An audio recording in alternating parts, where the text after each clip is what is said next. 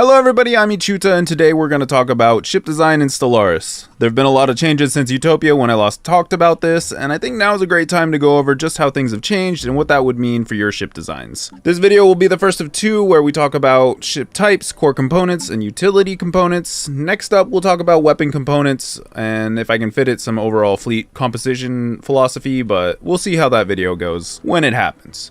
First, we need to go over ship types currently in the game, which should be quick since things haven't really changed since the last time I've made a video. The biggest change really is the Titan ships that are now a buildable unit by the player rather than just fallen empires, so we're going to be going over those, but we'll go over those later. Right now, we are going to start with corvettes. Corvettes fill the same roles as before, where speed and maneuverability are their primary focus. Corvettes can be so fast they can even outrun torpedoes with late game engines and admiral buffs and that sort of stuff. So you want to be a little careful making torpedo boats out of them if you're fitting impulse or dark matter thrusters and have, other bonuses to speed, sublight speed specifically. If you're up against an artillery fleet, corvettes are the ship you want to engage with, as their evasion makes them extremely effective against the larger slot weapons you'll find on artillery boats. The other great advantage to using corvettes is their cost is so small that you can find yourself with a much more powerful fleet to something with the same cost that uses larger ship types.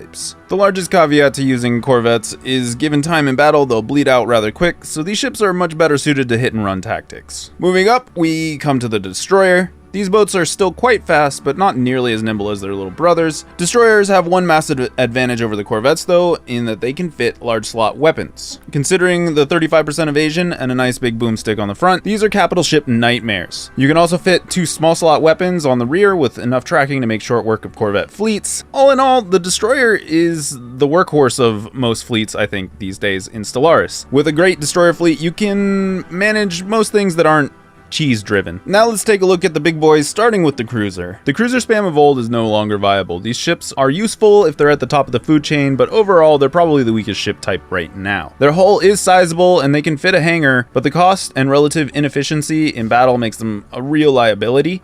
If you're looking for a big ship, you should look elsewhere because the cruiser finds itself best suited as an expensive meat shield and one that tends to die more than retreat anyways. Battleships, on the other hand, have the hull to make a great addition to any navy. Battleships work well as carriers, light and medium artillery, which covers almost everything you'd want out of a capital ship. Sure, they're slow and lumbering, but like I said, their hull can withstand pretty heavy fire in most engagements.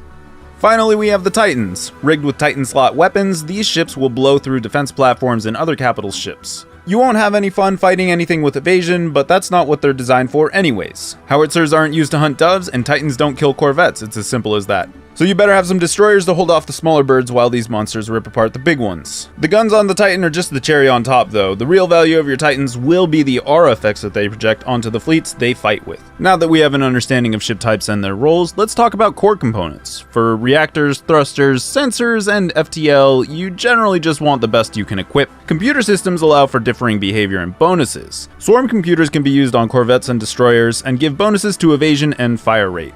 Precognitive swarm computers also give a 20% sublight speed increase, which helps them get into the fight a little bit faster. Swarm behavior dictates that the ship will charge the enemy fleet and engage in aggressive short-range combat. Picket computers are available on corvettes, destroyers, and cruisers. All levels of picket computers give bonuses to fire rate and tracking, with sapient versions also buffing evasion. Picket behavior will bring the ships into close range and attempt to intercept ships and missiles. Line computers are available to destroyers, cruisers, and battleships. All line computers buff accuracy and fire rate, with precognitive also increasing tracking. Line behavior will try to keep the ship at range to fire on the enemy while also avoiding damage. Artillery computers are available to destroyers, cruisers, battleships, and Titans. Buff fire rate and weapon range, and the precognitive versions also increase tracking. Artillery behavior is to stay at long range and use long range weapons. Auras, being new to the base game, are special core components for Titans. The first thing you need to know about Titan auras is that they do not stack, so having multiple Titans in a fleet with the same aura fitted is redundant and should be avoided. The shield dampener reduces enemy shields by 20%.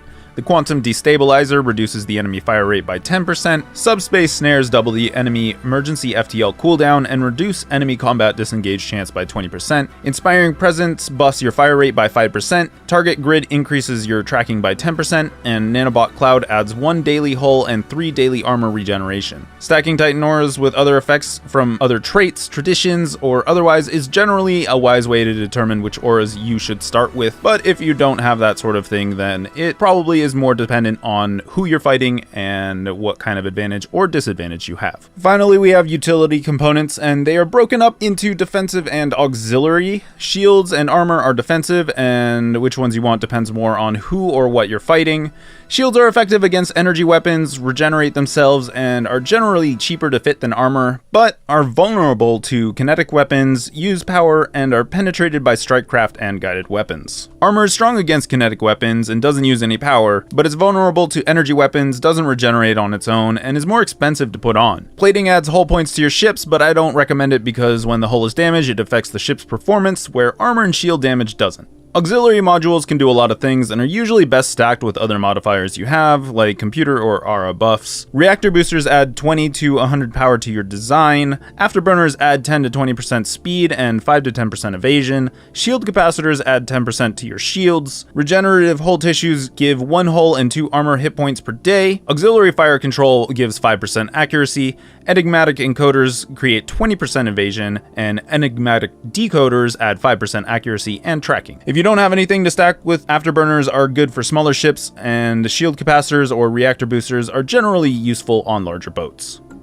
Considering the length of this video, we're gonna have to go over weapon systems in the next one now that we have everything else out of the way. Hopefully this is informative and helpful in some way. I love when new players are checking out Stellaris, but I know it can be a dense game to wrap your head around. So these videos are kind of intended to help break things up into smaller chunks to digest. If you noticed something I missed or forgot or didn't go over for any reason, I'd love to hear about it in the comments. And if you want to see more videos, you can always subscribe to get notifications most of the time. I don't know. YouTube does what YouTube does, but I think subscribing does something. I don't know.